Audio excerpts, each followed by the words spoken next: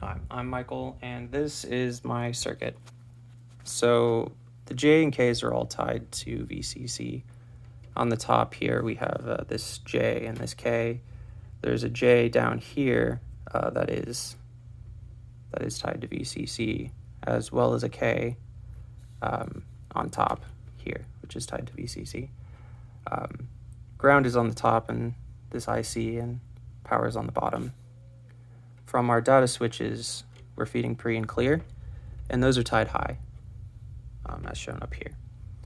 Our clock, logic input A is going to our clock for now, and then we have output Q for the first flip-flop tied into clock for the second here, and our output for the second.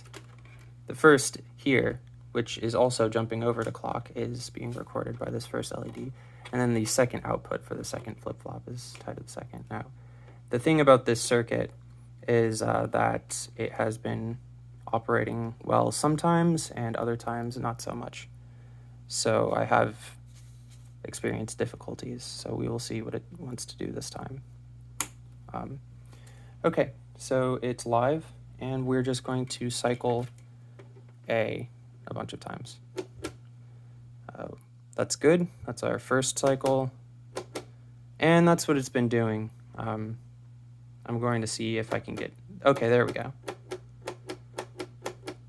Yeah, and then it'll do this. So not really sure what the problem is, but...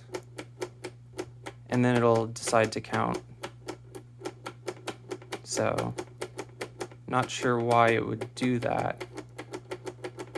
It'll do this for an indefinite number of times, and then it'll count once, and then if I switch it over to clock over here sometimes and just allow it to cycle on 1 Hertz, sometimes if I reset the board and let it just go on clock, it'll count. So not sure what the problem is. Maybe this IC is on its way out, but pretty sure this is done correctly, so I don't really know what else to do. Anyway.